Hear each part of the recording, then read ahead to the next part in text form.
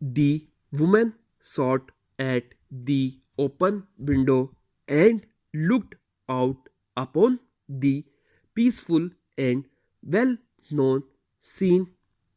It was June, and the countryside was looking its best. The leaves were fully out but had not yet lost the sweet light color of the early summer months.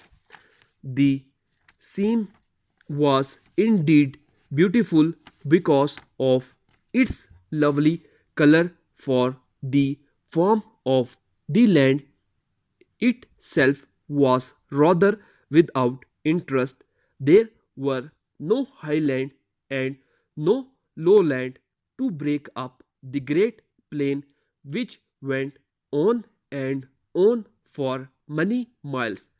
The place was dependent upon the little things to make it interesting and pleasing to the eye, having no great land masses to hold the eye and the attention.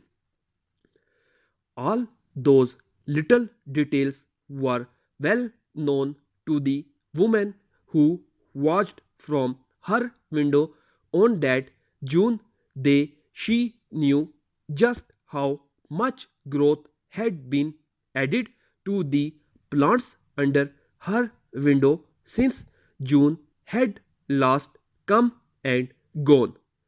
She knew just what would appear from each part of the ground round the house, when to expect it, and how to care for it. He acknowledged of the countryside and of her own little piece of land had grown up naturally within her during the 15 years that she had lived in that old stone house. It was quite a small house with 2 rooms looking out on the road and 2 bedrooms above. It was simple and plain, but it met her needs and the needs of her small family. The first of her children, a boy, was at school, and another hour would pass before the would return, running along the little road that led to the house.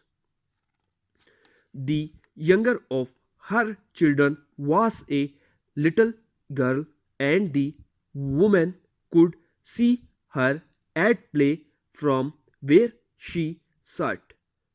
She was a happy, healthy looking young girl of 8, with the lovely natural coloring that results from good food and enough of it and good clear air.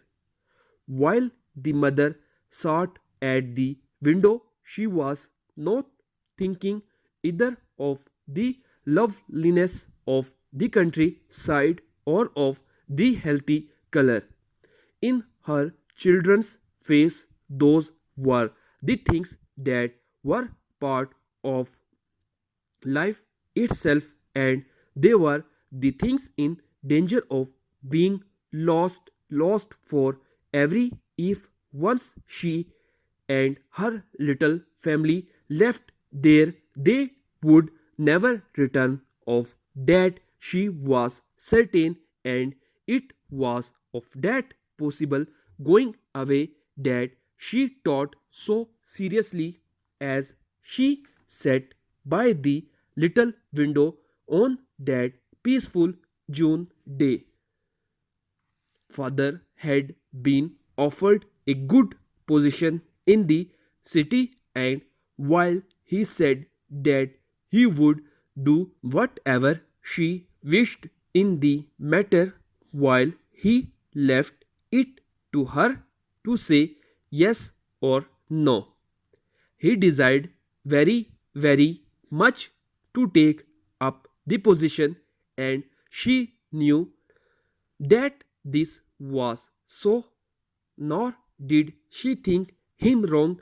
She knew a good, quick mind, a mind that was never still, a mind ever at work on some idea or another. On the long night of the long winter, he would read his books and works out ideas and plans, and in the mornings he would go off his work, which made no demand at all upon that clear mind. His voice was never heard speaking against his work or his way of life, but because she loved him, she knew that deep inside him was the desire for something more than that easy, peaceful life gave him. A month ago, two gentlemen from the big city had called at his office in connection with some businessmen, and out of that call had come this offer of employment at a rate of pay that would offer them great advantages. There would be money for better education for the children, which was a big consideration. On the other hand, taught the woman, the good health of the children might be lost if they lived near the city with no fields to play in, no river by which to fish, no well-known friends. Her brother children were very weakly, and they had been brought up in a big town. On and on went the Todd's father had said that she must be the one to say yes or no, but thinking of him, she would have to say yes.